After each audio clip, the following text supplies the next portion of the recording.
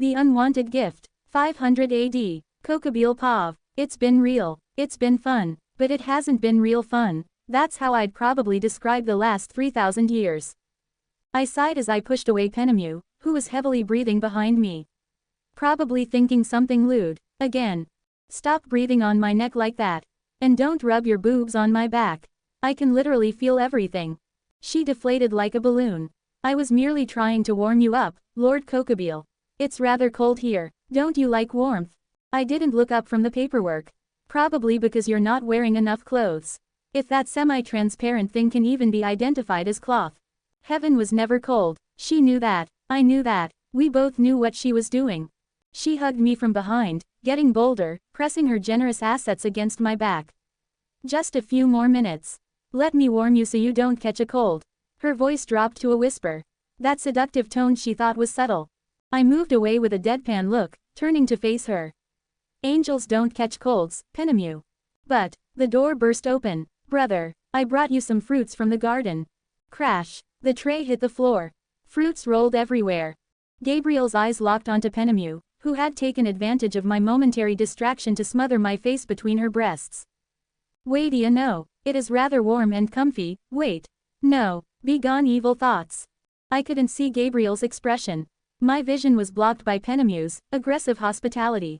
But I could hear it. That sound. Like a kettle about to explode. What in Father's name are you doing to him, you vile woman? Gabriel rushed forward and yanked me out of Penemu's embrace with the strength of someone who had personally kicked Azazel through 3 buildings. Oh good, I'm saved, MMMPHH. Spoke too soon. Now I was in a worse place.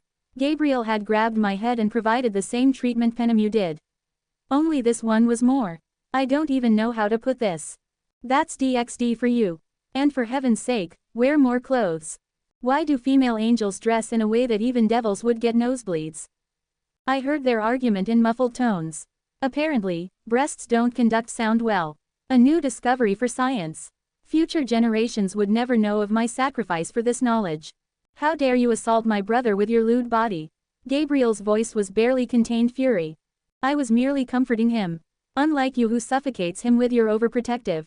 I protect him because harlots like you. Harlot, you're the one who sleeps under his bed. That's different. I'm his sister. I'm his secretary. You're a menace. Yeah, I'm outta here. I teleported before they could test my patience further. I arrived somewhere else on Earth. The air was different, humid. The architecture was distinctly Asian. Wooden buildings with curved roofs. Rice paddies in the distance. Probably Japan, judging by the style. Early Yamato period, maybe. Oh, looks like there's a hot spring on top of that mountain. Steam rising into the cool evening air. This should be a nice way to relax and cool down. Literally and metaphorically. I started walking. Then, ding, another blue light flashed in my vision. Oh, for the love of. The damn system. Again, still trying to bait me into joining another horrible chat group after the admins kicking me out of every single one due to inactivity. I'd almost forgotten about it. Almost. It started around 3,000 years ago, right after I came here. Thankfully I kept my journal. Wouldn't even remember it otherwise. After the whole introduction with the angels, I'd gone back to my room and just laid down. I needed to process, to think, to figure out what the hell my life had become. But my rest was interrupted by the damn system. Who can rest with constant notifications popping in your brain? Ding, ding, ding, over and over, like someone was jackhammering inside my skull. So I opened it to see if there's a way to silence it. Maybe a mute button, maybe an uninstall option. Instead, I was greeted by a long string of messages. Ding, host Kokabeel has been added to the ugly bastard group chat. Please say hi and greet the members. My eye twitched violently. I looked at the member list despite not wanting to.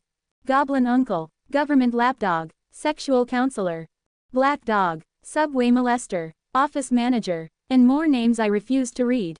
The conversations were disturbing, to say the least. Goblin Uncle, just returned from another adventure with Sunere Elf. She's warming up to me. Government Lapdog, executed another traitor today. The screams were delicious. Sexual Counselor, any tips for dealing with reluctant clients? Asking for a friend. Black Dog, the Elf Queen has great assets.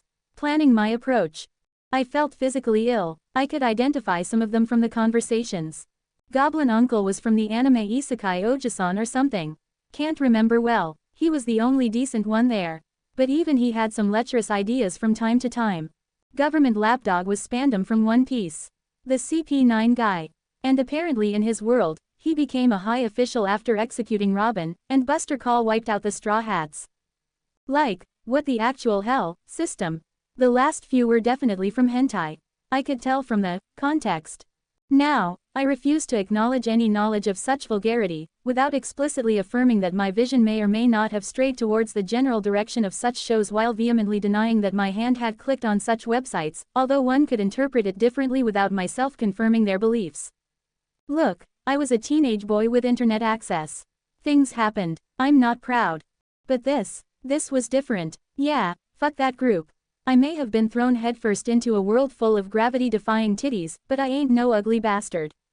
So I ignored it. The chat group people tried to reach me. Goblin Uncle. Welcome to the group, Angel of Stars. What world are you from? Government Lapdog. An angel. How tedious. Unless you're into public executions. Sexual counselor. An angel in our group. This will be interesting. I didn't respond. Days passed. More messages. Black Dog. Yo, new guy, you there? Office manager. Perhaps he's shy. Give him time. Goblin Uncle. Angel, if you need advice on anything, we're here. Still nothing from me. Then the system got cheeky. It tried to penalize me for not participating. Ding. System will deduct host lifespan by 1 year. A pause. Error. Cannot impose penalty. Host lifespan. Immortal. I almost laughed. Next day it tried again. Ding. System will decrease host penis size by 1 inch. That motherfucker. Error. Cannot impose penalty. Host body under divine protection. I wanted to strangle whoever programmed this thing. But it failed every time. It kept trying. System will reduce host strength by 10%. Error. System will curse host with bad luck. Error. System will make host bald. Error. System will. I stopped reading them. After a year of my complete silence, they kicked me out. Goblin Uncle. Sorry man, group rules. Inactive members get removed. Good luck out there. Government Lapdog. One less waste of space. And I was free. For about a week. Ding. Host has been added to villain group chat. Seriously. I mean, Kokobile was a villain in the original timeline, but that's not me. I checked the members out of curiosity. Just curiosity. I wasn't going to participate. Shinigami in glasses. Human monster. Guy in orange mask. Planet Eater. Homunculus in the flask. Man in black. Wait a goddamn minute. I read that list again. Shinigami in glasses was definitely Aizen from Bleach. The, all according to plan, guy. Big fan of him, but interacting with him was another thing entirely. Human monster took longer to figure out. But when I did, I screamed internally. Johann Liebert. From Monster. I was in a group chat with Johann fucking Liebert. The man who could convince you to kill yourself with a conversation and a smile. Orange Mask was Obito. From Naruto. Mixed feelings about that guy. Tragic backstory, but still a mass murderer. Planet Eater was Galactus from Marvel. A cosmic entity that devours planets for sustenance. How does he even type? Homunculus in the flask was Father from Fullmetal Alchemist. Another bastard who sacrificed an entire country. Definitely a no-no. Man in Black I couldn't figure out. Nor did I care. The conversations were more philosophical than the last group. But no less disturbing. Shinigami in glasses. Power is not granted. It is taken. Those who wait for permission will forever remain weak.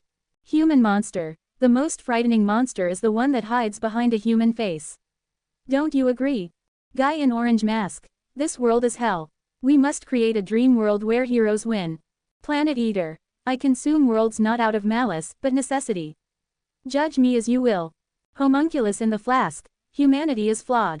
I seek to transcend these limitations. Heavy stuff, but still villains. I just tuned out the system when it tried and failed to penalize me again. Every day I'd see its pitiful attempts. System will curse host's bloodline. Error. Host has no bloodline. System will steal host's memories. Error. Memories under divine protection. System will block, ignore, repeat. I got kicked out of that group too eventually after a month. The system tried putting me in more groups. Heroes of Justice, full of self-righteous idiots who thought killing was always wrong. Even when facing genocidal maniacs. Harem protagonists, dense idiots who couldn't recognize romantic interest if it bit them. Actually, some of them did get bitten. Still didn't notice. Merchant coalition, people who'd sell their mothers for profit. Actually, one of them literally did that. Culinary masters, this one wasn't bad. Just chefs from different worlds. But they kept asking me to cook. I'm an angel of stars, not stars as in Michelin stars. Reincarnators Anonymous, people who died and got second chances. Hit too close to home. I left immediately. Each time, the same pattern. Forced join, ignore, get kicked out. After 3,000 years, I'd forgotten about it mostly. But my journal kept records. Notes on the characters, analysis of their abilities, warnings about their personalities. I also added some characters I might enjoy meeting in case I lost all memories in the future. People like Tyuki, Naruto, gotta taste that ramen, maybe even Tsunade's. Forget that last part. Gandalf, Lord of the Rings. Seems fun. Wonder how funny it will be if I just casually walk past him after he said that classic line. Luffy, One Piece. Loved that guy. It would be fun if I was on their ship. Definitely not because I am Angel, Angel is good. I am Angel, Angel is good. The chant actually worked. Jonathan Joestar, Jojo. And of course, it's what a cultured man should do. I also wanna bitch slap Dio after he screamed, Zawarudo, and thought time has stopped. I have weird kinks. No judgment please. And many more like Goku, Spider-Man since Galactus is available, so probably. People who'd remind me what being good looked like. When everything else faded. I looked at my current notification. Ding, new group found, Dimensional Travelers. This group consists of individuals who have crossed worlds. Would you please join, kind sir? Accept decline. System finally learned I won't even try if it tried to force me into something. So it became more polite. My finger hovered over decline. Then I thought about it. Dimensional travelers. People who crossed worlds. Like me. Maybe some of them would understand. What it's like to lose everything. To be cut off from home. To forget. Maybe some of them even found a way back. My finger moved toward accept.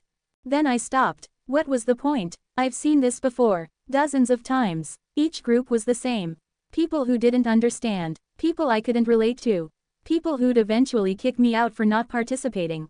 Although I never actually put an effort. It's just so meaningless for me. Maybe that's what it was. I have gotten accustomed to just watching from above. I hit decline. Are you sure? This opportunity may not come again. I'm sure. Declined. System will cease group recommendations for 100 years. Closing square bracket. Good. Finally, some peace. I made it to the hot spring. Steam rose in lazy spirals. The water was clear, heated by volcanic activity below. I snapped my clothes off with magic, and sank into the water. Silence. Finally. Just me and the stars above. I looked up. My stars. Each one familiar. Each one a window to somewhere else. Through them, I could see millions of lives playing out. Births, deaths, loves, losses. Everyone had their story, their struggles, their triumphs. I could see a farmer in China celebrating his daughter's wedding. A warrior in Rome dying honorably in battle. A merchant in India making his first big sale. A mother in Africa singing her child to sleep. So many stories, so many lives. Yet I could barely remember my own. It's supposed to be sad. 3,000 years ago, I probably would have cried if I couldn't even picture the faces of my family. The people I loved most. Yet now, I mostly felt a dull pain. Like a minor inconvenience. Like something that happened to someone else. I pulled out the diary. Waterproof, courtesy of Angel Magic. I flipped to the early entries. The ones I wrote immediately after arriving. Mom's laugh is loud and uncontrolled. She snorts sometimes when something is really funny. Dad used to tease her about it. I couldn't remember what her laugh sounded like. Dad sings in the shower. Off key. Mom complains but she's always smiling when she does. I couldn't remember his singing voice. Dawn's favorite game is hide and seek. She always hides in the same spot. Behind the couch. She thinks I don't know. I couldn't remember her hiding spot. Was it behind the couch? Or under the bed? The details were fading, slipping through my fingers like water. I read further. Katie broke up with me today. No, I broke up with her. I think. It doesn't matter now. Even that felt distant. Like reading about a stranger. I died today, or yesterday. Time is weird here. Dawn was crying. I told her to look at the stars. Told her I would always watch over her. I looked up at the stars above me. Did she look up at them? After I died? Did she see me? Did she remember? Or did she forget, like I was forgetting her? I sighed and closed the diary. I could see everyone's lives through the stars. Hear their stories. Witness their joys and sorrows. Yet I could barely remember my own. I wonder, one day, thousands of years later when I'm gone, would someone even remember me? Would they know an almighty angel who could crush planets in his palm held so much sorrow and helplessness because he could never get back home? Like a fallen star, that could never return to the sky. I sank deeper into the water. Let it cover my head. Let the world go silent. Down here, I couldn't hear anything. Couldn't see anything. Couldn't feel anything. Just warmth and darkness. Peaceful. I could stay down here forever. Angels didn't need to breathe. But eventually, I surfaced. Because staying underwater wouldn't change anything. I'd still be here. Still be Kokobile. Still be alone. The stars above twinkled. Waiting. Watching. Like they always did. Like I always did. I got out of the water. Time to go back. Gabriel was probably still fighting with Penemu. Michael probably had more paperwork for me. Raphael probably wanted me to attend some medical seminar. Same routine, same duties, same immortal existence. It's been real, it's been fun, but it hasn't been real fun. And it probably never would be. Swan Song 2 inches 1. 1100 AD, Kokobile Pav, good things never last long. Another 500 years had gone by in the blink of an eye. Nothing interesting happened. Well, some stuff did happen but I didn't really have a say in it. I opened my eyes and immediately regretted it. Gabriel was on my left, her face pressed against my shoulder. Penemu was on my right, one leg thrown over mine. Both had their arms wrapped around me. I smiled wryly as I saw them pretending to sleep while hugging me like bears. One on each side. Their breathing was too controlled. Too even. They were definitely awake. I know you're both awake, I said. Neither moved. I can literally see your hearts beating faster. No response. They kept up the pretense of sleep. Fine, stay like that. But when Michael asks why we're late for the meeting, Gabriel shot up immediately. Meeting? Why didn't you say so earlier, brother? Penemu stretched lazily, making sure I noticed how she pressed her chest forward and gave them a little shake. My lord feels so warm. I slept better than I have in centuries. I sat up and rubbed my face. How did we even get here? You fell asleep at your desk again, Gabriel said. We carried you to bed. And then got in with me. You looked cold, Gabriel insisted. Angels don't get cold, but you might have. Penemu just smiled. I was ensuring your comfort, my lord. This was my life now. Somehow. Next time, I'm going to fly somewhere else if I feel myself sleepy. Gabriel pouted. Penemu smiled like a cat who got the cream. How did this happen? How did I end up with two beautiful women using me as a body pillow? I don't know. I really don't. I didn't mean for things to end up this way. I started going out of heaven more and more in the last 500 years. Sometimes I didn't return for years. It started small. A trip to check on a village. A visit to observe some historical event. Then the trips got longer. The excuses got weaker. I'm conducting field research, I'd tell Michael. Michael noticed. Of course he did. You're spending more time on Earth than in heaven. Just observing, keeping watch. You're avoiding Gabriel and Penemu, he'd reply with that knowing smile. Quote. Maybe. You know Gabriel doesn't know about romantic love. She just cares for you, maybe a little too much. As for Penemu, I honestly thought she would have fallen by now. He chuckled. I shook my head with a wry smile. You and me both, bro. But it wasn't just them. Heaven felt stifling. Everyone there knew me, knew what I was, what I could do, the expectations, the worship, the constant attention. On Earth, I was just another traveler. Another stranger passing through. I could breathe there, but it wasn't just that. I was busy trying to help people. I'd done so many things that to me might seem insignificant, but to them could be considered miracles. I was there when a young boy named Augustus became Emperor of Rome. I'd watched him for years. Smart kid, cunning, but also genuinely wanted to make things better. He was 19, skinny, looked nothing like a future emperor. But his eyes were sharp, calculating. I'd been watching the war from various angles. The political maneuvering, the battles, the betrayals. One night, I was sitting on the roof of a villa in Rome, watching the stars, when someone climbed up after me. It was Augustus, covered in dust from travel. He didn't seem surprised to see me there. Just sat down a few feet away. "You're not one of my men," he said. "No, you're not one of Antonius's either." "Also no." "Then who are you? Does it matter?" He thought about it. "I suppose not. I believe you are not human, with wings and the laurel that shines brightly. Perhaps one of the gods." I shook my head. "No, I'm not a god, child." He looked up at the stars. "They say the gods speak through the stars. Can you read them?" I chuckled softly. "Something like that. I guess I have been cursed with knowledge I didn't seek." "Then tell me, will I win this war?" he asked me anxiously. I looked at him, saw the determination, the fear he was hiding, the weight already pressing on his young shoulders. "That depends," I said. "What do you want to win? Power, glory, revenge, peace?" he said immediately. "Rome is tearing itself apart. Every generation, another civil war. Another strongman, more blood." He clenched his fist. "I want to end it. Make Rome stable, give people a future." Idealistic, but he believed it. "Then yes," I said. "You'll win, but the hard part comes after. After. Winning the war is easy. Winning the peace, that's harder." He turned to face me fully. "You talk like you've seen it before." "I've seen a lot of things." "Then give me advice. How do I rule? How do I keep Rome from tearing itself apart again?" "Don't rule through fear," I said gently. "Augustus the tyrant will always be overthrown. Augustus the father of Rome. He'll be remembered forever." "Father of Rome," he repeated with a smile. "I like that. Give people stability, prosperity, safety. Let them see that your rule improves their lives. They'll support you without being forced. They'll worship you without you demanding it. And my enemies, you'll have to fight some. But the smart ones, offer them a place in your new order. Let them keep dignity and power under your system. Dead men can't be converted. Living men can. And if they resist, then you weren't offering them something worth accepting." He looked thoughtful. We talked for hours that night.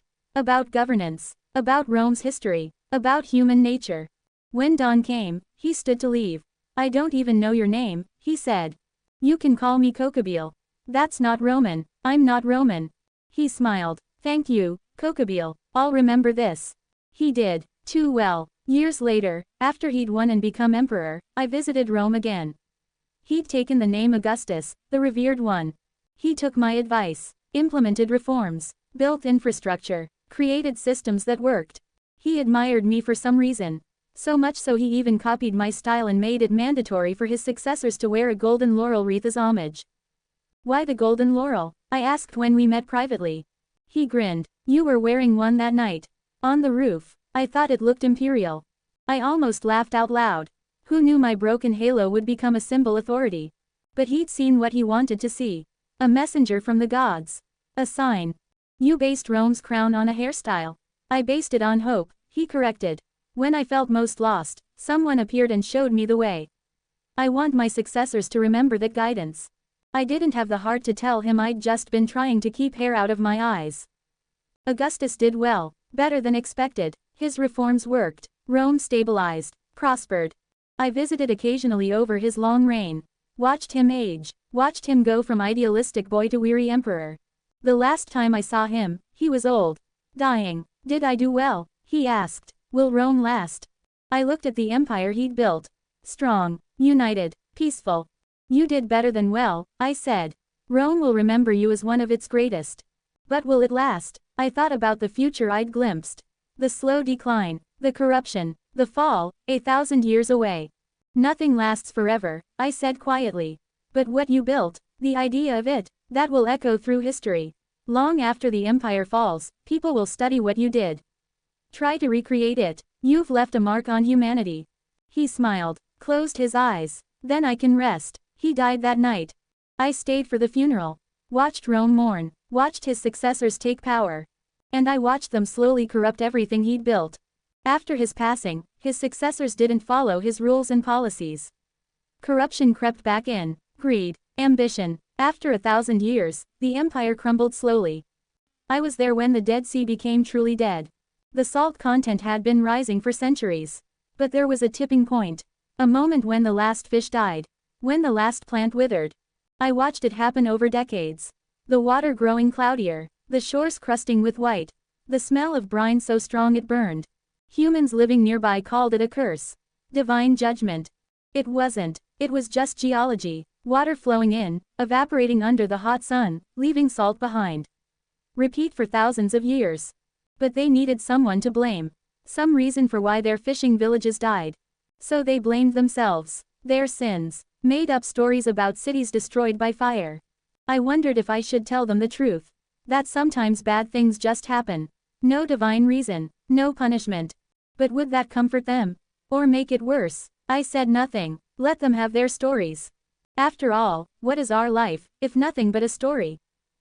I bore witness how Hannibal nearly ended Roman supremacy. Hannibal crossing the Alps was probably the most impressive thing I'd seen humans do. Everyone said it was impossible. You can't march an army over mountains in winter. You definitely can't do it with war elephants. Hannibal did it anyway. I watched from above, saw his forces struggle through snow, lose men to cold and landslides, lose elephants to the terrain. But he kept going. It touched me somehow, so I used some magic to protect them from the winter storms. When he emerged on the other side into Italy, his army was half its original size. Exhausted, freezing. And Rome had no idea he was coming. The look on their faces when scouts reported elephants in northern Italy was priceless. I thought Rome would fall then. Hannibal won battle after battle. Cannae was a massacre. Rome lost 50,000 men in a single day. But they didn't surrender, kept fighting, adapted, learned.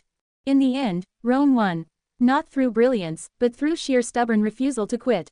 I respected that. Arthur Pendragon pulling the sword from the stone was my doing. I'd gotten bored one day. Decided to mess with British politics. There was this kid, Arthur. Scrawny thing, ward of some minor lord. Probably illegitimate son of a noble, judging by his features. But he had something, that spark, that quality that makes people follow you. So I forged a sword from the stars. Impossibly heavy, impossibly sharp, stuck it in a stone in front of a church. I called it Caliburn. Added an inscription. Whosoever pulleth this sword from this stone shall be the rightful king born to Britannia, now and forever. Rightful king. I was particularly proud of that word. Made it sound official. Every knight in Britain tried. Failed. The sword wouldn't budge. Because it physically couldn't. Star metal that heavy. You'd need supernatural strength. Or destiny. Or pure stubbornness. Arthur tried on a whim. Needed a sword for his foster brother. Saw this one. Pulled. It came free. The look on Arthur's face when it came free, shock, confusion, hope, was worth it. I'd intended it as a joke. A way to mess with human politics. But Arthur actually became a good king. United the warring tribes. Brought peace. Created something worth having. The kingdom of Camelot. Sometimes accidents work out. I never told him I'd put the sword there. Let him think it was destiny. Faith. Divine right. People need to believe in something. Yahweh did give me an earful. He was pouting. Kokabeel, you ruined my plans. I wanted to make it something beautiful, a tale of legends. You made a drama into a comedy. I chuckled lightly. Sorry big man, I couldn't resist. He sighed. I'll have to make him lose the sword and give him Excalibur somehow. Caliburn is too strong for him. I shrugged lightly. You can do what you want, you are the boss. Yahweh looked tired. You know, sometimes I wish you joined Azazel and his gang. You give me too much headache. Ouch, that's hurtful. Maybe I can take Gabriel with me. Don't you dare. I also worked with Yahweh on the Sacred Gears project. It was fun at first. I have an idea, he said one day. Weapons that humans can use. Give them a chance to fight back against supernatural threats. Humans need a way to fight back, he said. Against rogue gods. Against devils. Against supernatural threats. They have faith, prayers. That's not enough. They need power. We started small. A ring that enhanced strength. A bracelet that healed wounds. I mostly gave cool ideas. The flashy stuff. Yahweh handled the actual mechanics. Watching him build them was rather fun. It reminded me of something. A memory just out of reach. A small garage. Two people bent over a car hood, laughing and tinkering with something. The younger one was me. Who was the other person? Can't remember. What about a gauntlet that doubles power? I suggested. Too simple. What if it kept doubling? Exponentially. That's broken. That's the point. Then Yahweh got ambitious. What if we made something that could kill gods? That's a terrible idea. The best ideas are, we hunted creatures across the world. Dragons, beasts, monsters. Each one contributed essence to the sacred gears. For true Longinus, I went to Golgotha, the hill where Jesus was crucified. The spear that pierced his side was still there. Buried, forgotten. But it remembered, soaked in holy blood, divine blood, human blood. The spear hummed when I touched it. Recognized me. You want to be more? I asked it. The spear pulsed. Yes. I condensed a small star into a gem. Embedded it in the spear's shaft. The spear had already become a sacred object, soaked in divine and human blood. Yahweh provided extra buffs and made it look cooler. He even put some of his will inside the gem. The result was terrifying. A weapon that could kill literally anything. Even beings like Yahweh. This will cause problems, I said, holding it. Probably, Yahweh agreed. But humans need hope. Even dangerous hope. Even false hope sometimes. You're setting them up to challenge gods. I'm giving them a chance. What they do with it is their choice. This feels like a bad idea, I sighed. Probably. But humans need hope. Even dangerous hope. Making the Annihilation Maker was harder. Typhon was one of the hardest fights I'd had. The Greeks' original monster. Father of all monsters. Imprisoned under Mount Etna by Zeus. We needed his essence for Eclipse Dragon. A sacred gear of darkness and chaos. So I broke him out. The fight devastated southern Italy. Mountains crumbled. The ground split. Volcanoes erupted. Typhon was massive. 100-headed. Each head breathing different element. Fire. Ice. Poison. Lightning. Why wake me? He roared. To fight. To die. To be remembered, I said. Your essence will live on in humans. They'll wield your power. Humans. Those little insects. Those insects survived you. Survived Zeus. Survived everything. They deserve power. We fought for a day. His 100 heads attacking from all angles. My stars raining down like artillery. He was weakened from the previous battle. In the end, I compressed 1,000 stars into my fist and punched straight through his central mass. He fell with a loud crash. Not bad, he wheezed. For a little bird. Rest, I said. Your legacy will continue with them. He smiled with his last head. Then dissolved into essence. Zeus got pissed though. You freed Typhon. Do you know how many gods died imprisoning him? I killed it permanently. You just trapped him. He'd have escaped eventually. You're welcome. That's not the point. I knew that. The real issue was Hera. Zeus was already mad that Hera had cheated on him. Which broke the last peace talks between our factions. I still don't know how Yahweh and her did the nasty, but he somehow knocked up Hera. Which wasn't diplomatic. You slept with Zeus's wife. I asked Yahweh privately. He had the decency to look embarrassed. It was complicated. How is that complicated? She was upset. I was comforting her. One thing led to another. You're God. You're supposed to resist temptation. I'm not perfect, Kokobile. None of us are. That shut me up. Zeus demanded satisfaction. A duel. God versus God. I volunteered to fight instead of Yahweh. I freed Typhon. I'll face you. Our battle was not legendary. It was like Mike Tyson versus a coughing baby. And you know how that ends. Zeus threw his master bolt, his ultimate lightning. Strong enough to level mountains. I caught it, absorbed it into my stars. Threw it back twice as strong. He hit 3 mountains before stopping. When he tried to get up, I was standing on his chest. Yield. I am Zeus, king of. I pressed down, cracked his ribs. I wasn't asking. I yield. Athena negotiated peace after. Smart woman, recognized when her father was outmatched. Please, she said, kneeling.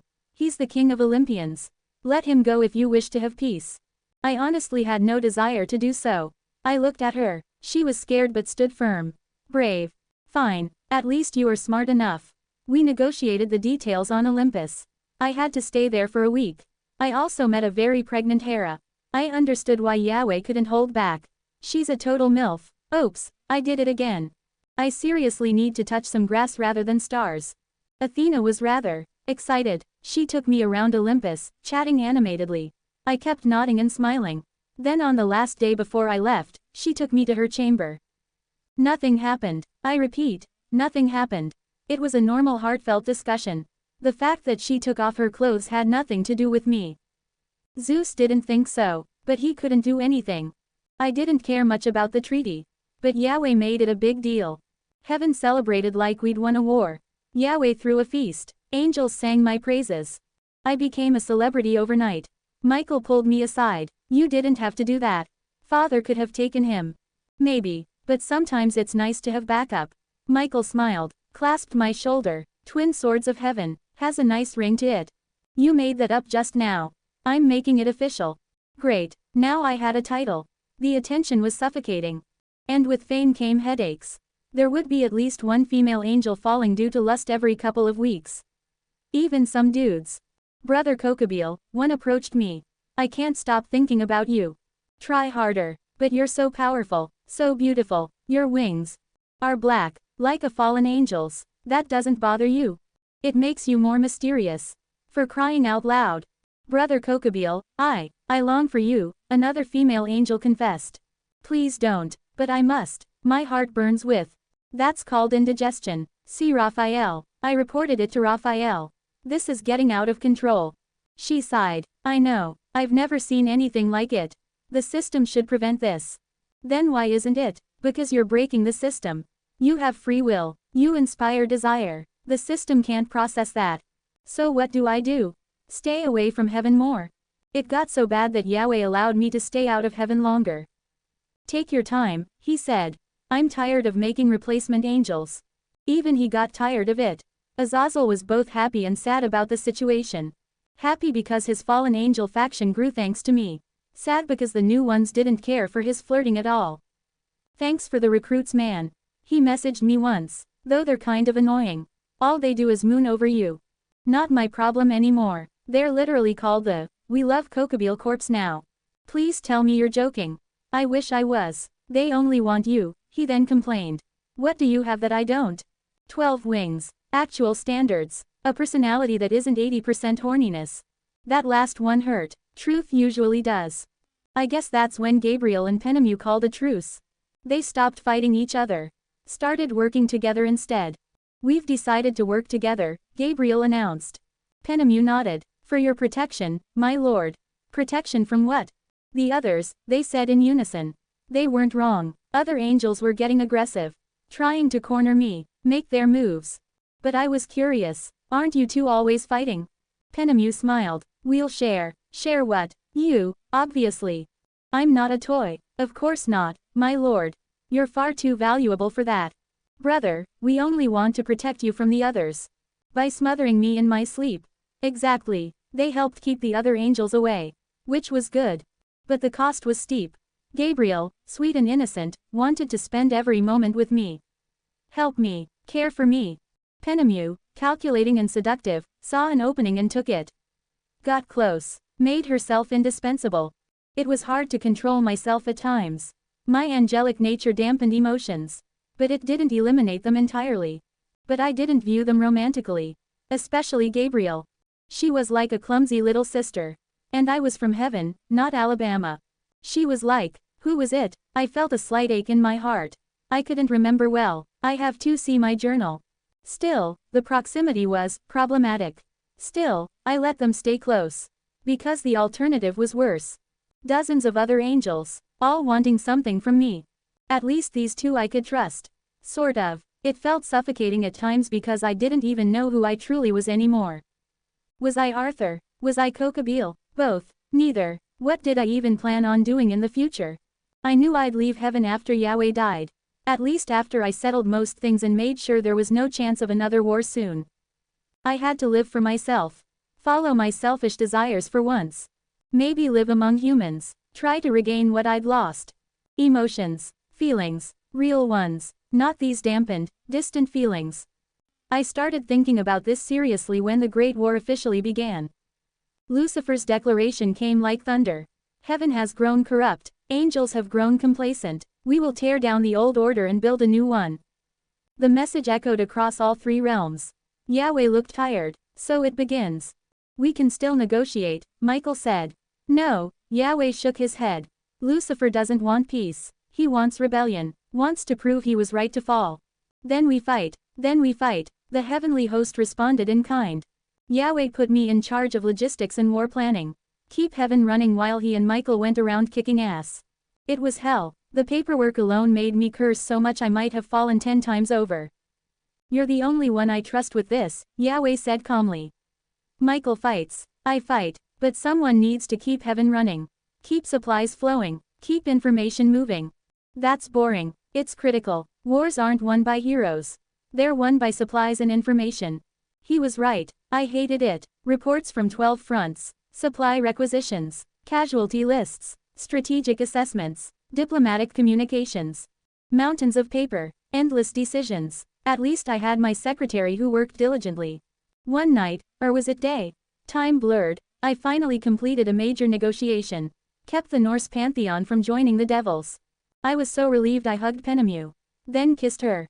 On the lips. For way too long. When I realized what I'd done, I pulled back. She just stood there, face red, eyes wide. Then she smiled. That dopey, love-struck smile. Then fell down. She collapsed towards the floor, twitching. Her wings flickering between black and white. Like a strobe light. Oh no. Oh no no no. Thank God Gabriel didn't see it. I caught her before she hit the floor. Shook her. Penemu, don't you dare fall because of this. She opened one eye, still smiling. Worth it. Then passed out properly. I had to call Raphael. Had her stabilize Penemu's essence. What did you do? Raphael asked weirdly. Kissed her. Accidentally. Accidentally. It was a heat of the moment thing. Raphael sighed. You're lucky I can stabilize her. But Kokobile, be more careful. Your affection literally has power. After that, I maintained strict professional distance. Penemu tried to recreate the moment constantly. Remember that night you kissed me? Nope, never happened. You're terrible at lying, my lord. I'm not lying. I'm in denial. There's a difference. But I had to be careful now. If Penemu fell because of me, I was quitting my job. No way I was doing paperwork by myself. 10 years into the war, casualties were heavy on both sides. Mostly on the devil's side. Only Lucifer could match Yahweh in direct combat, although he was probably holding back. The other three Satans, Leviathan, Beelzebub, and Asmodeus, held back Michael together. Barely. But the fallen angels were the real problem. Azazel was smart, too smart. He used human warfare tactics. Ambushes, false retreats, guerrilla strikes, psychological warfare. Angels were rigid. They only knew how to follow orders. March in formation, fight honorably. Azazel didn't, so they suffered a lot of losses. Casualties piled up. The strategies stopped working. This made Yahweh finally angry. Kokobile, he called me to the throne room one day. Yes, and this. The fallen angel front. Azazel is causing too many casualties. You want me to kill them. I want you to make them stop. How you do that is up to you. I nodded. Understood. Michael put a hand on my shoulder. Be careful, brother. Azazel is cunning. I know. Gabriel hugged me. Please come back safely. I always do. Penemu handed me my sword. Don't hesitate, my lord. They made their choice. I took the weapon, a blade forged from the stars. Thousands of stars condensed into a sword that could cut through anything. It was bluish-black with a silver edge. The stars within it glowed ominously, reflecting my mood. Now I was standing in front of Azazel, Barakiel, Shemhazai, and thousands of other fallen angels. They'd made camp in what would one day be called Turkey. A strategic position between three fronts. They saw me coming, one angel, alone, walking across the battlefield. As that, the Archangel Kokobile, why is one of the swords of heaven showed up here? We're all gonna die. Where's his army? He can't possibly think to take us by himself. Azazel smiled wryly. If he gets serious, none of us will leave here alive. I stopped about 100 feet away. The fallen angels formed ranks. Thousands of them, 2-winged, 4-winged, 6-winged, even a few 8-winged among them. Azazel stepped forward, still handsome, still confident, but older now, tired. He knew why I was here. Brother Kokobile, he said. Tried to smile, failed. Is there a chance you can let us go? I swear I was forced by Lucifer. He sees us as nothing but pawns. I didn't respond immediately, just looked at them, at faces I recognized. I saw Barakiel, used to spar with him. Good guy, terrible jokes. Shemhazai, taught me chess, never won a single game. Others I'd laughed with, trained with, called family. All looking at me now, knowing what was coming, all of them now standing against me. I sighed and opened my eyes fully. The violet hues glowed eerily. Stars swirled in my irises. The night sky itself reflected in my gaze. My sword ignited. White flames that weren't flames. Starlight condensed into cutting edges. Then blame him for what I'm about to do. I spoke in a pained voice. For what it's worth, I truly wish it didn't have to come to this. I'm sorry, brother. Azazel's expression shifted, from hope to resignation. I see. He drew his own weapon. A spear crackling with holy lightning. Then let's end this like warriors, brother. For old time's sake. Barakil stepped beside him. Together, together. Shemhazai raised his staff. It's been an honor, Kokabil. I'm truly sorry. I sighed softly. May God have mercy on you all. If there's another life, I wish I could have stopped this from happening. The thousands of fallen angels behind them raised their weapons. I raised mine, and hated myself for what came next. When stars fall, Kokabil Pav, I closed my eyes. The weight of what I was about to do pressed down on me like the entire cosmos. When I opened them again, I saw faces I recognized. Fallen angels I'd trained with, laughed with, talked to about stupid things during guard duty. They were going to die here. All of them, unless. Before we begin, I said. My voice carried across the battlefield. I'll offer you one last chance. The fallen angels stirred, uncertain. Break off your alliance with Lucifer. Surrender peacefully and atone for your crimes. Silence. Even the wind seemed to hold its breath. I know many of you don't want to perish here. I looked at them, saw the fear in their eyes. The exhaustion, the doubt. But there aren't many choices left after what you did. You either surrender and atone for your crimes, or you die. Simple, clean, brutally honest. Azazel, Barakil and Shemhazai looked at each other. A wordless conversation passing between them. Years of fighting together, leading together. They were considering it. I could see the calculations. The weighing of odds. They weren't at their peak strength yet. Azazel was still 10-winged. He'd grow stronger after this war, assuming he survived. Barakil and Shemhazai were powerful but not invincible. Against me, they had no chance. They knew it. I knew it. Everyone knew it. But then one of the radicals, a 6-winged angel I didn't recognize, shouted. Don't look down on us. Others joined in. We escaped God's control and now you want us to crawl back. We live freely, and we'll die freely. Freedom or death. The chant spread. Dozens, hundreds, working themselves into a frenzy. I shook my head. The sheer stupidity of it. Freedom. They thought this was freedom. Dying for Lucifer's ego while he sat safe in hell, using them as pawns. Azazel raised his hand. The shouting stopped. He looked at me, smiled wryly. That same smile he'd worn when we used to discuss human mating habits. More like he tried convince me ass was better than boobs.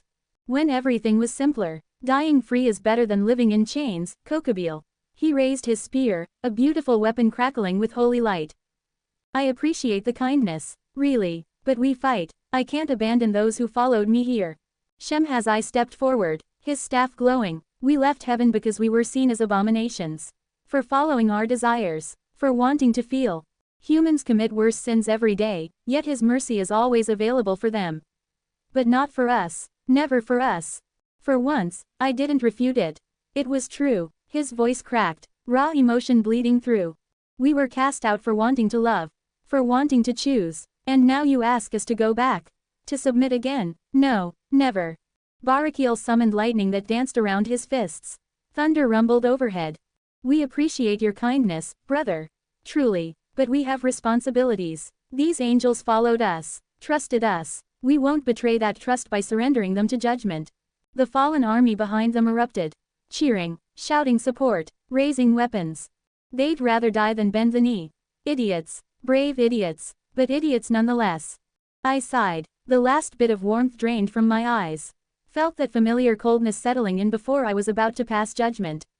The detachment that made killing easier. It seems there's no other choice. My sword materialized in my hand. Bluish-black blade with a silver edge. Stars swirling within. May you rest in peace. I paused. For what it's worth, I truly wish it didn't have to come to this. I'm sorry, brothers. Azazel's smile turned sad. We know, Kokabil, we know. The battle began. Azazel led the charge. Spear raised high. Behind him, Barakil and Shemhazai. Behind them, thousands of fallen angels. They moved in perfect formation. Azazel had trained them well. No mindless rush. Coordinated. Professional. The sky filled with light spears. Hundreds. Thousands. A beautiful, deadly rain of divine weapons. Some cast debuff magic. I felt the attempts to paralyze, to sleep, to poison. Waves of hostile magic washing over me. Others used elemental attacks. Fire came from the left. Ice from the right. Wind tried to push me off balance. Earth rose up to trap my feet. It was actually impressive. Against a normal angel, even a strong one, this would have worked. But I wasn't normal. I watched the attacks coming. The light spears getting closer. Could see the hope in their eyes. The desperate belief that maybe, just maybe, they'd win. They wouldn't. I whispered one word. Fall. Reality rippled. The air shimmered. The ground cracked. Above the battlefield, a star appeared. Not a metaphor. Not a symbol. An actual star. I'd reached up through space and time and grabbed one.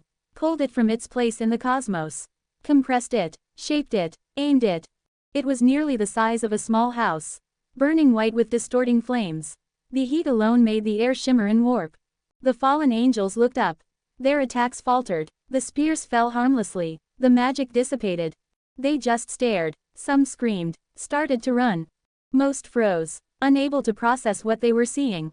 The star fell upon them like divine judgment. Time seemed to slow. I saw every detail. Every face. A young angel, couldn't be more than 100 years old, reaching for his friend. Two angels holding hands as they looked up. An older one closing his eyes. Accepting it. Azazel grabbing Barakiel and Shemhazai. Trying to pull them back. Too slow. Too late. Boom. The impact was like a nuke going off. The sound was beyond description.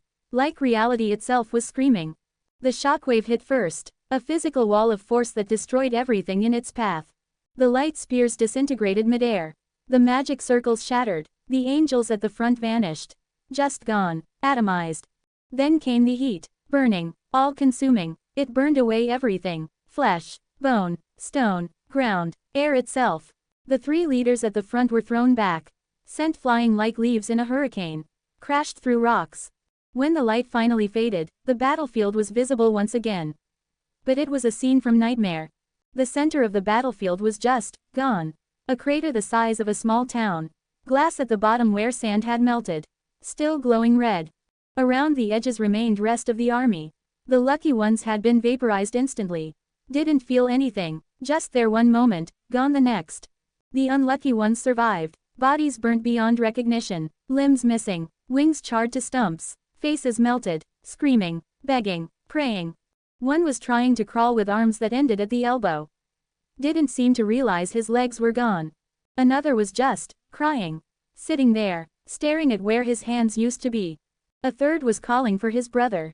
Over and over. His brother was lying 20 feet away. In pieces. I felt bile rise in my throat. Swallowed it down. This was war. This was what I did. This was necessary. I kept telling myself that. Didn't make it true. I closed my eyes. Summoned countless light spears around me. Each one humming with condensed holy power. Let me put you out of your misery, I said quietly. For old time's sake. One last mercy. The only kind I could offer now. I waved my hand. The spears found their targets. It was swift and painless as I could make it. The screaming stopped. Silence fell over the battlefield. Just the crackle of flames. The groan of settling earth. And my own breathing. I didn't enjoy this. Didn't want this. But they killed thousands of angels. Made their choice. Accepted the consequences. This was war. And war was just organized murder with flags and speeches. I sensed movement to my left. 3 figures pulling themselves from rubble. Azazel stood first. Slowly. Painfully. He had 12 wings now. When did that happen? During the impact. The desperation to protect his people pushed him past his limits. Ironic. He became stronger just in time to die. Barakiel was next. Shaking. His left arm hung at a wrong angle. Broken. Compound fracture from the look of it. Bone visible through skin. Shemhazai had several wings burnt. Bleeding. They'd grow back. Eventually. Oh wait. I'm about to kill them. Dark humor. My coping mechanism. Didn't make me feel better. They looked at me. Their eyes said everything. Anger at me for doing this. At themselves for failing. Sadness for their dead soldiers. For what they'd lost. Resignation, knowing this was the end. Azazel laughed through the pain. Thousands of us. And you didn't even break a sweat. I told you to surrender. Would have been boring. Typical Azazel. Joking even now. This is better. I kept without any emotion. He looked at the crater. At the bodies. At what remained of his army. No, but at least we chose it. I couldn't argue with that logic.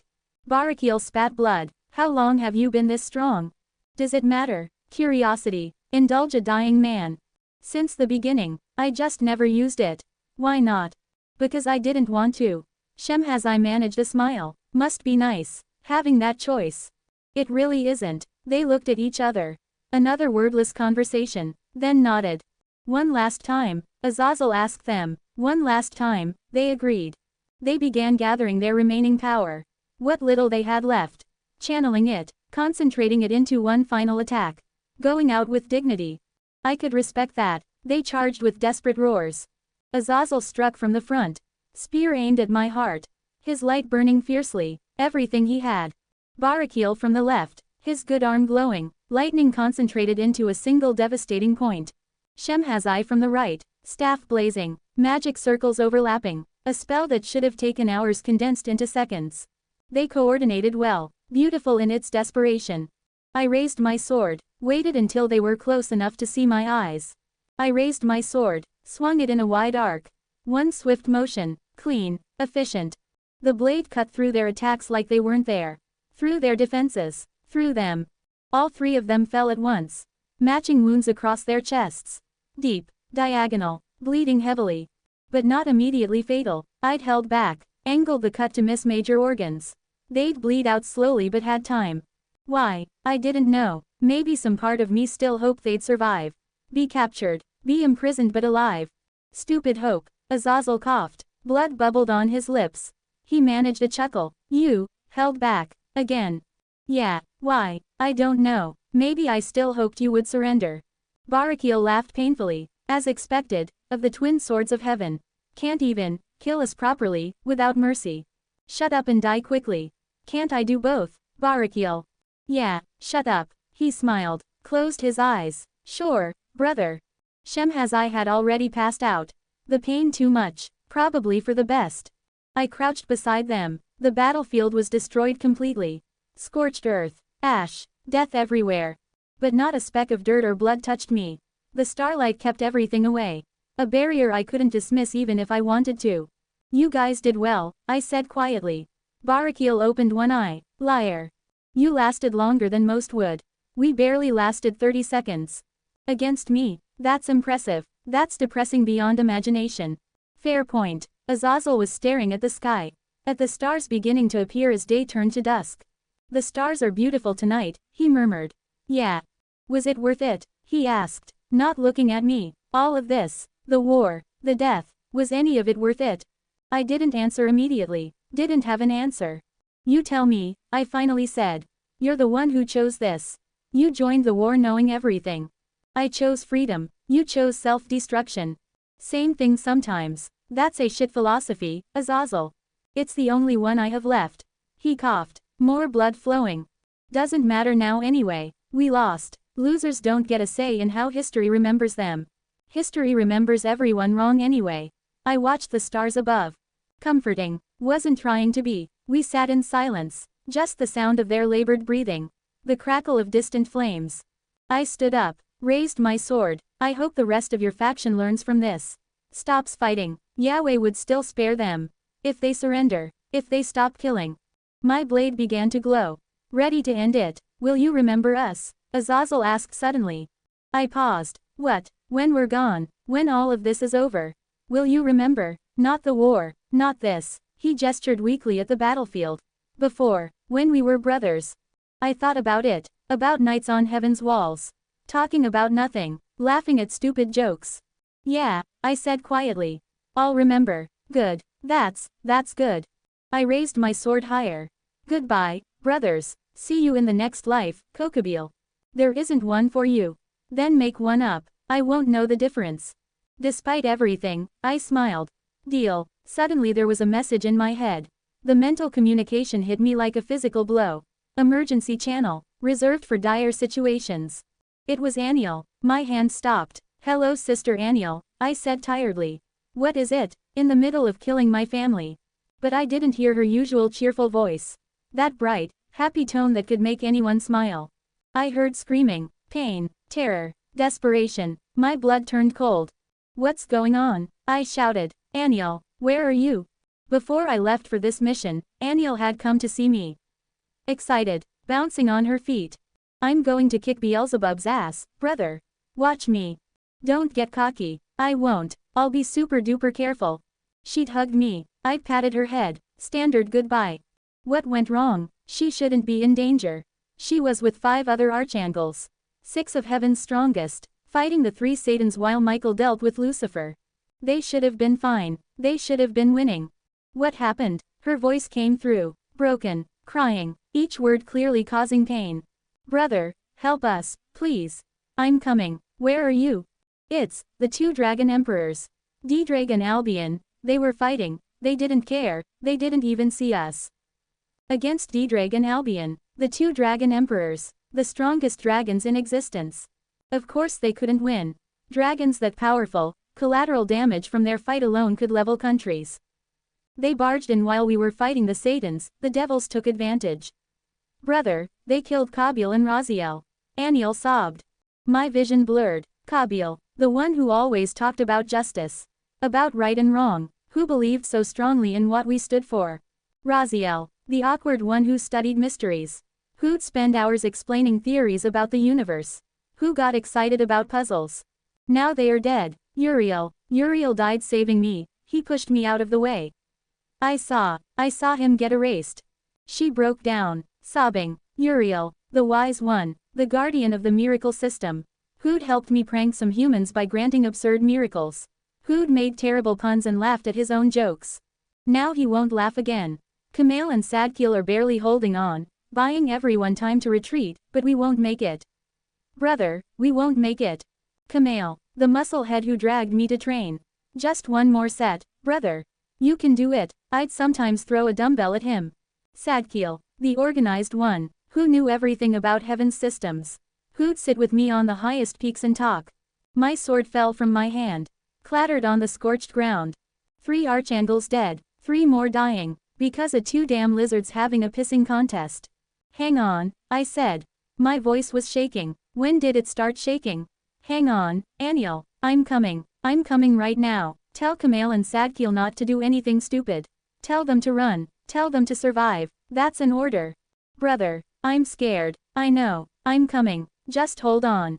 I activated my omniscience, found her location, saw the battlefield. It was horrifying. I cut the connection, looked down at Azazel. He was staring at me. Had heard everything through our connection. I hesitated, a moment, just a moment, then made my choice. Fate has given you another chance, I said. Don't waste it. I spread my wings and flew. Space warped around me. I teleported to the boundary between realms. The massive barrier that separated the underworld from the neutral zones. Powerful magic. Meant to keep armies out. Forged by Satan-class beings. I looked at it, raised my sword, swung once. The barrier shattered like glass. The guards on the other side, dozens of mid or high-level devils, died before they could scream. The shockwave turned them to red mist. I didn't slow down, flew faster than I'd ever flown. Broke the sound barrier, didn't care about the damage I was causing. The underworld blurred around me. Red skies, black mountains, rivers of souls, screaming. I ignored it all. I could see the battlefield ahead. Sense it, the massive powers clashing, dragon auras like suns. Then I reached it. The battlefield was worse than I imagined. Thousands of dead angels, scattered like broken toys, some with wings torn off, some crushed, some burnt. The ones still alive were worse. Crawling, reaching toward the sky, begging, praying. To Yahweh, to anyone who would listen. Please. Help us. It hurts. I want to go home. I saw a small figure in the distance. Battered, carrying someone. Aniel was carrying Kama, or what remained of Kamal. Barely recognizable, more red than white. Then a red tail, massive, scaled, casual, swung through the air above them. Like swatting a fly, they went flying, hundreds of feet, crashed through rocks. I tried to catch them, but I was too slow. They hit the ground. The impact crater was 10 feet deep. I rushed to them, dug through rubble with my bare hands. Kamal was lying there, his chest caved in, ribs visible, piercing through skin, his eyes open, staring at nothing. No. I grabbed him, Shook him. Kumail, wake up. That's an order. Wake up. Nothing. Come on. You don't get to die. You still owe me a rematch. We had plans. We were going to. Nothing. He was gone. Beside him was Aniel, still breathing barely. I immediately channeled my essence into her, trying to resuscitate, heal, something, anything. Her trembling hand grabbed mine. Brother. Her voice was so small. Like a child's. Is that you? Yeah, it's me. Don't talk. Save your energy. Raphael is coming. She'll fix you. She can fix anything. Just hold on. She smiled. That same smile she always had. Even now. You're a terrible liar. Brother, I'm not lying. Your hands are shaking. They were. When did that start? Save your energy, Aniel. I'll get you out of here. We'll go back to heaven. You can rest. Get better. Everything will be fine. Stop lying. She looked past me, up at the sky, at the two massive shapes still fighting. D-Drag and Albion, dragons the size of mountains. Scales gleaming, power radiating. They were still fighting, probably didn't even notice the angels. We were nothing to them. Insects. Background noise. They'd killed thousands without even trying. Without even caring. Those dragons, Aniel whispered, they killed everyone. I tried to save them, but I couldn't. I couldn't save anyone. It's not your fault, Kabil, she died protecting me. Raziel too. Uriel pushed me out of the way and tears ran down her cheeks, mixing with blood. I couldn't save anyone. I'm useless. I'm sorry. I'm so sorry. Stop it. You did everything you could. It wasn't enough. It never is. She grabbed my face with both hands. Weak, trembling, pulled me down. Before I could react, her lips touched mine. Soft, warm, gentle. I froze, completely stupefied. She pulled back, smiled at my expression, actually smiled. I have always loved you, brother, more than a sister should. I know it's wrong, but I couldn't help it. Aniel, I'm sorry for never telling you, for being a coward. I just wanted you to know, before. Her hands were falling, losing strength, before her eyes, those bright, happy eyes that had greeted me every morning, that had looked at me with such joy. They dimmed, the light going out, like stars dying. Don't forget us. Her voice was barely a whisper. Wind carrying it away. Avenge us, Kokabil. I felt her body go slack. The warmth leaving, life fading. Aniel, she didn't answer. She never would again. I just sat there, holding her, staring at her peaceful face. She looked like she was sleeping. Just sleeping. I could wait for her to wake up. Any moment now. A boulder crashed nearby, thrown casually by a dragon's tail during their fight. Big enough to crush buildings. It was coming toward us. I didn't move, just spread my wings, covered Aniel and Kumail, protected their bodies. The boulder shattered against my wings. I didn't feel it. Didn't feel anything, just emptiness. 3,000 years. I'd lived over 3,000 years in this world. Always watching, always distant, never getting too close. Because getting close meant it hurt when you lost them. But somehow, they'd gotten close anyway. Aniel's playful ambush hugs, jumping out from corners. Surprise, brother, always laughing. Kumail's persistent nagging. Come on, just one more set. You're getting soft, never giving up. Kabil's passionate speeches about justice. About right and wrong, so sincere, so believing. Raziel's awkward conversations about mysteries. Getting excited about stars, about the unknown. Uriel's terrible puns, making everyone groan, but laughing anyway. Sadkiel on the mountain peaks. Quiet talks, comfortable silence. They'd grown on me, and now they were gone. All of them. A meaningless death, caught between two fucking lizards having a pissing contest. To them, angels, devils, humans were just ants. Collateral damage, not worth acknowledging. I stood up slowly. Weird, I feel something wet on my face. Must be raining. I gently wrapped Aniel and Kumail's bodies in holy power. Sealed them, stored them in my personal dimension along with the others. 6 bodies now, 6 siblings, 6 people I'd failed. Then I looked up at the 2 dragons still fighting. I didn't know at that moment, my violet eyes were changing. The light within them fading. Replaced by pure white, no pupils, no irises. Empty, like burned out suns. Above, the 2 dragon emperors paused. DxD pulled back mid-strike, his massive red head turning, eyes narrowing. Do you sense that, Albion? Albion nodded, white scales gleaming. Yes, DxD, I sense danger. What is that thing? That's not an angel or devil. They are too weak. I don't know, but it's something that shouldn't exist. For the first time in their eternal rivalry, they stopped fighting. Looked down. Something was coming toward them. Too fast. Another angel, but different. It had no face, no features, just a black silhouette illuminated by countless flickering stars. Like someone had cut out a piece of the night sky and shaped it into a being. 12 black wings spread behind it. Each feather a contained star. Each flap caused natural disasters. Winds strong enough to create hurricanes. Pressure that cracked the ground below. The power radiating from it grew stronger with each passing second. Exponentially, infinitely. DxD tried to measure it. His senses trying to read it.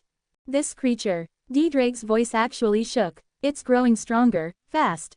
What is it? Albion tried to use his ability. Divine dividing. His ultimate power. Nothing happened. He tried again. Nothing. I can't divide its power. Albion's shock was clear. It's like trying to divide an infinite ocean. What is that thing? The figure stopped, hanging in the air, level with them. Then it spoke in a strange language that hurt their ears just from listening. The voice reverberated through reality itself. I'm your death. And it sent something through both dragons that they hadn't felt in their long lives. Fear. The figure's hand pointed towards them. Reality began to bend. Stars, actual stars from across the cosmos began appearing around the figure. Hundreds, thousands, millions, each one burning furiously, ready to fall. All aimed at them. DxD and Albion looked at each other. For the first time in their eternal rivalry, they had the same thought. I don't stand a chance alone. But it was too late. The stars began to fall. And there was no stopping them. Heaven's wrath 2 inches 1. Kokabil Pav. I didn't know what was happening. I had unlocked this form about 500 years ago. I still couldn't fully control it. I called it my origin star form, as in this form I became one with the concept of stars. Not just this world, I could vaguely sense the other worlds as well. But it was too complex. It was like drowning in an infinite whirlpool of light and knowledge. It could erase all emotions and turn me something like a perfect robot, just acting on the most rational path. But for now, this will do. I have lizards to kill. With a single gesture of mine, stars began to fall. DxD saw them coming and roared with excitement rather than fear. His massive body twisted through the air as dragon fire erupted from his maw. Flames that burned hotter than the anything else, that had reduced gods to ash and burned through the fabric of dimensions themselves. The fire met the first wave of falling stars. For a moment they seemed evenly matched, flames and starlight creating a hellish aurora that lit up the entire underworld. Then the stars pushed through. Not slowly, they just went through the dragon fire like it was nothing more than a mild inconvenience. DxD's eyes widened fractionally before the first star hit him square in the chest. Boom. The impact sent him crashing down through the air. Broke through the sound barrier multiple times over. He hit the earth miles below with enough force to swallow mountains in the crater. The shockwave flattened everything for leagues in every direction. More stars followed, a dozen of them slamming into the crater one after another like divine artillery. Each impact deeper than the last. Albion didn't waste time watching his rival fall. He moved faster than mortal eyes could track, his white scales blurring as he activated his signature ability. Divide. The power that had brought gods to their knees. That had halved the strength of Satan-class beings. That had never, in his entire existence, failed to work. Nothing happened. He felt the power activate. Felt it reach out toward me. Then just stop, like trying to divide infinity itself. He tried again, pouring more power into it. Divide, divide, divide. Still nothing, not even a flicker of success. Impossible, he muttered, and for the first time in millennia there was genuine confusion in his voice. What are you? I appeared in front of him. He didn't even see me move. One moment I was distant, the next I was right at his face. My hand closed around his throat and lifted his massive dragon form like he weighed nothing at all. His body had to be hundreds of tons. I held it with one hand. He clawed at my arm immediately. Strikes that could shatter even peak ultimate class beings. His talons that had carved through God's armor if I remember correctly. They barely scratched me. You killed them, I said. My voice was completely emotionless. Multiple tones layered over each other, speaking in perfect unison. It felt like I wasn't the one speaking. My siblings. You killed them. I don't know what. He choked on the words as I squeezed tighter. You probably didn't even care about it. They were nothing to you. Just insects under your feet while you and that red idiot played your stupid eternal game. I slammed him into the ground. The impact created a crater so deep it hit the underworld's bedrock. The entire realm shook. I lifted him and slammed him again. And again. And again. Each impact deeper than the last. His legendary scales, white as snow, harder than any divine metal, began to crack. Golden blood leaked from the fractures.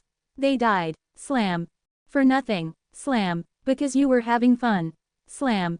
I should be angry, but I felt nothing, just going through the motions as if carrying out a pre-written play. And I knew how it ends.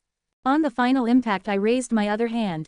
A blade of pure compressed starlight materialized. It was longer than his entire body, glowing with power that made reality itself bend and warp around it. You don't deserve these wings. Wait, his pride cracked for just a moment. Just long enough to show actual fear. Too late for that. The blade came down in one clean arc. Through scales that had weathered eons. Through bone that had never broken. Through divine flesh that had endured everything the universe threw at it.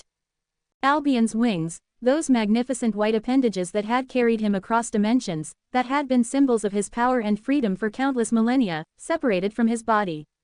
Clean cuts. Surgical precision. Both wings falling simultaneously. They hit the ground and tried to regenerate back to his body like dragon parts usually did. But the starlight had burned the wounds at a level beyond physical. Nothing grew back, just bleeding stumps where his pride used to be. The White Dragon Emperor's scream shook the entire underworld. The sound of something fundamental breaking. Albion. The ground exploded as DxD burst from the crater. His scales were cracked and bleeding. One eye was swelling shut from repeated impacts. His chest had a massive dent in it. But he was very much alive. And absolutely furious.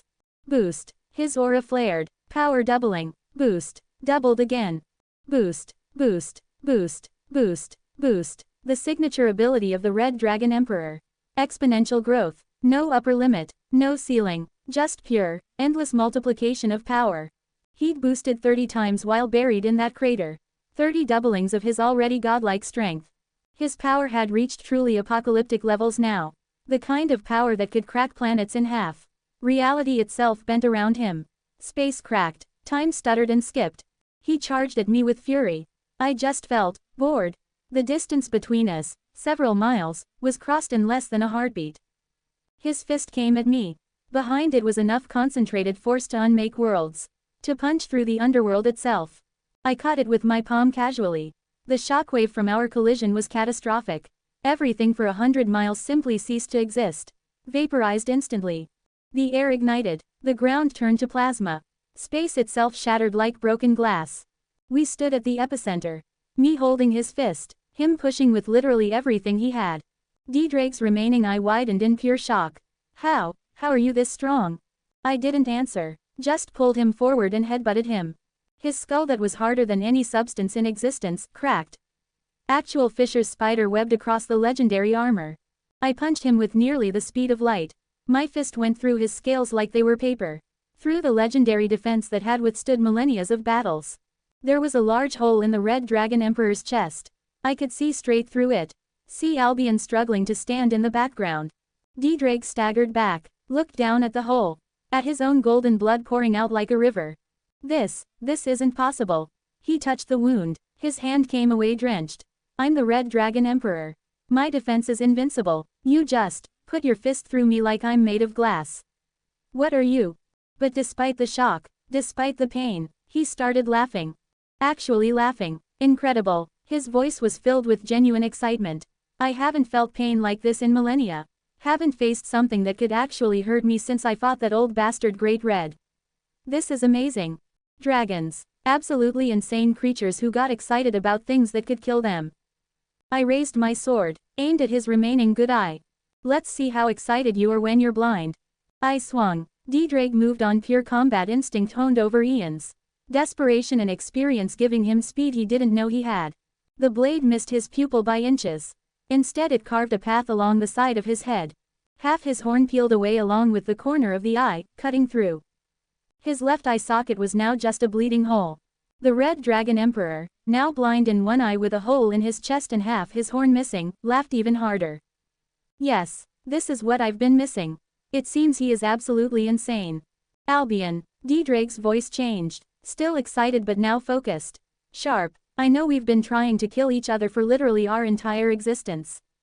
I'm aware. Albion was pulling himself up despite his missing wings and countless wounds. But right now, at this exact moment, I think we should consider putting that on hold. I hate that you are right, D-Drake, but I agree. They looked at each other. These eternal enemies who'd destroyed civilizations as collateral damage of their endless war. Who'd fought through every era of history without pause. Juggernaut drive, they shouted in unison. A terrifying aura spread out from them. This was them going all out. Using their life force as fuel to push past their limits. Even Yahweh would probably have to go all out to match them. And for the first time in their existence, they fought on the same side. The change was immediate and I actually felt it. D-Drake positioned himself as the vanguard, using his constantly boosting power for direct assault. Albion supported from behind. His divide didn't work on me but it worked perfectly on D-Drake to transfer his energy. The strategy was brilliant in its simplicity. When D-Drake boosted too high and risked his power burning him out from within, Albion would divide him back to manageable levels. Then D-Drake would boost again immediately, finding the perfect balance point between maximum power and sustainable output. They'd fought each other for so long they knew every trick, every weakness, every pattern, every tell. Now they used that hard-earned knowledge to coordinate with perfect synchronization. D-Drake came at me low and fast. His attacks were different now, not the wild, powerful strikes from before but precise combinations designed to create openings. A claw strike from the left. I blocked. His tail came from the right immediately. I had to dodge. In that moment of dodge, Albion's claws raked across my back from behind. Tore feathers from my wings. I spun to kick Albion away but D-Drake was already there. His jaws closed on my arm and bit down with crushing force. Drew actual blood. If you could call the black sludge-like thing blood. I stabbed my sword toward his remaining eye but he'd already moved. Blind fighting. Using his other senses instead. Left. 3 meters. Albion's voice rang out clear. D-Drake's claw came from exactly where Albion said. I blocked but he'd put boosted power behind it and it pushed me back several feet. Above. Dive. D-Drake's tail came down like a meteor. I caught it but the impact drove me into the ground up to my knees. But shouting out attacks. That never works well. And I countered each one.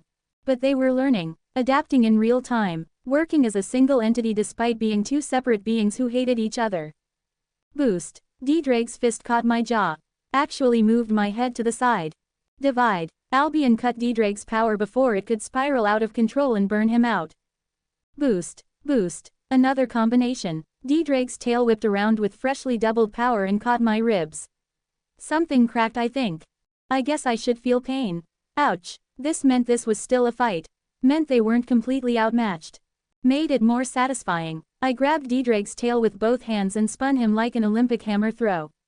Slammed him into Albion with enough force to create a shockwave.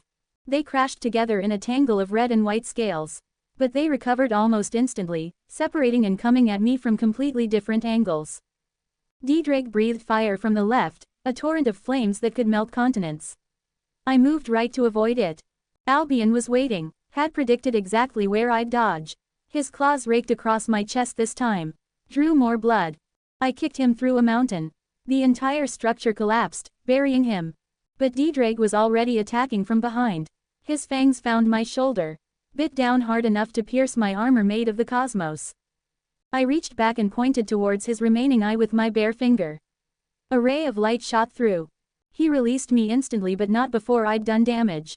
His eye was gone now. D-Drake, are you still alive, old bastard? Albion emerged from the rubble and shouted. Blind in my good eye now. The bastard shot through it. But I can smell his blood. Give me 30 seconds and I'll boost to compensate. We don't have 30 seconds. Then we just attack. This was actually getting interesting. I could feel something changing inside me. The infinitely spinning pathway at my core was spinning faster with each passing second.